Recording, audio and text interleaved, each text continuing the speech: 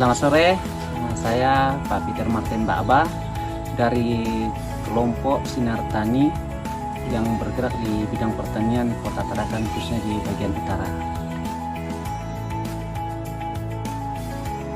Secara umumnya pasti faktor cuaca, karena khususnya petani Kota Tarakan itu hanya mengharapkan hujan saja. Jadi ketika datang musim kemarau itu adalah salah satu tantangan terbesar. Yang kedua itu faktor pupuk yang selama ini dialami oleh petani. Ketersediaannya itu terbatas sekali dalam bentuk pupuk bersubsidi. Yang ketiga itu tidak bisa dipungkiri faktor lahan. Kita hidup di Kota Tarakan ini, khususnya di bidang pertanian itu kekurangan lahan.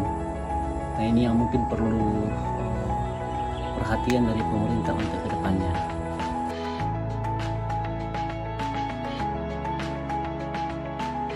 Ya, memang untuk pengendalian hama khususnya tanaman itu kan bermacam-macam tanaman. Nah, kita lihat lagi hama apa yang terserang dia. Tapi selama ini kita sudah bekerja sama dengan beberapa perusahaan yang bergerak di bidang pestisida. Nah, dibantu dengan pemerintah juga dalam melalui dinas pertanian. Jadi ada pengendalian khusus lewat penyemprotan, entah itu 3 hari sekali atau biasa juga 4 hari. Tapi kalau memang tidak bisa diatasi ya kita semprot bisa dua hari sekali. Jadi itu salah satu caranya.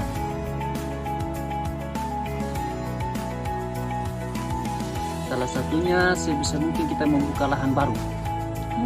Jadi lahan yang sudah ada kita berusaha kerjasama dengan dinas pertanian, meminta kepada dinas kehutanan untuk membuka lahan baru. Itu salah satu cara untuk mengatasi, sehingga kesiapan kita dalam pertanian itu selalu tersedia. Jadi kita tidak lagi tergantung di satu titik saja. Jadi kita tetap membuka lahan baru, misalkan ke arah utara Sungai Maya, Bina Latung, kita bergerak di sana untuk membuka lahan baru dengan mengirim anggota ke sana. Nah, itu salah satu cara untuk mengatasi. Saya bertani ini kurang lebih hampir 10 tahun. Jadi memang sudah ada beberapa yang kami pelajari.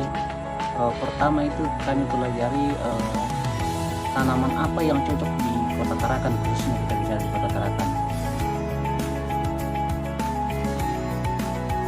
Tarakan ini memang sudah ada beberapa tanaman yang tidak bisa kita tanam ya, sudah beberapa kali difasilitasi oleh dinas pertanian, misalkan bawang putih, bawang merah, padi sudah pernah diuji coba, tetapi hasilnya tidak begitu maksimal, sehingga kita beralih ke seperti yang biasa saja, seperti tanaman sayur-sayuran, kayak terong, lombok, pare, jagung, dan beberapa tanaman lain. Nah, itu yang kita fokus di situ. Karena untuk yang bawang putih, bawang merah, dan padi sudah beberapa kali dicoba dan memang tidak bisa. Jadi kita lebih kepada kayak sayur-sayuran, termasuk jagung, termasuk itulah yang bisa ditanam oleh para petani Kota Tarakan. Sehingga ada beberapa komoditi lain harus dimasukkan dari luar, seperti dari Sulawesi Tengah. Nah, itulah yang dimasukkan karena memang tidak bisa tumbuh di Kota Tarakan ini, karena kita daerah minyak.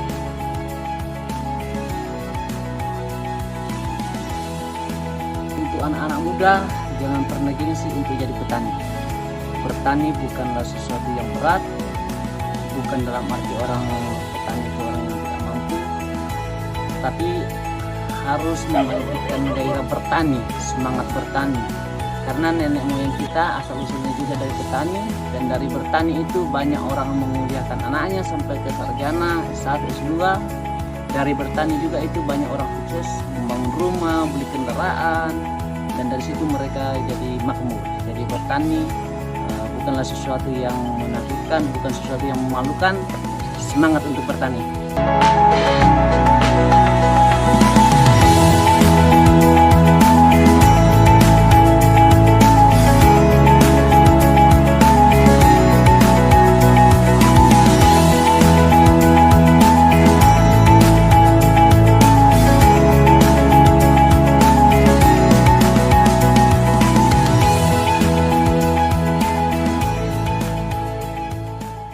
Nama saya Mansur, saya adalah pedagang di Pasar Buser.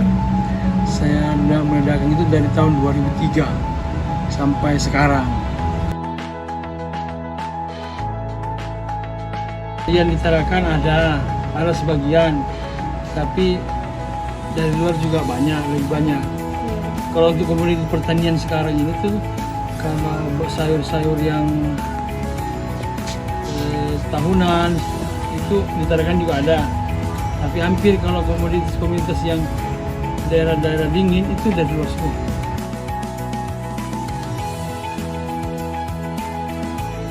Pertama itu untuk suplai daerah Tarakan sendiri itu tidak memenuhi kebutuhan masyarakat. Contoh dasar tomat di Tarakan diproduksi sini juga ada, tapi produksi di Tarakan itu tidak sampai 30% untuk memenuhi kebutuhan masyarakat di sini. Jadi hampir 70% itu dari luar.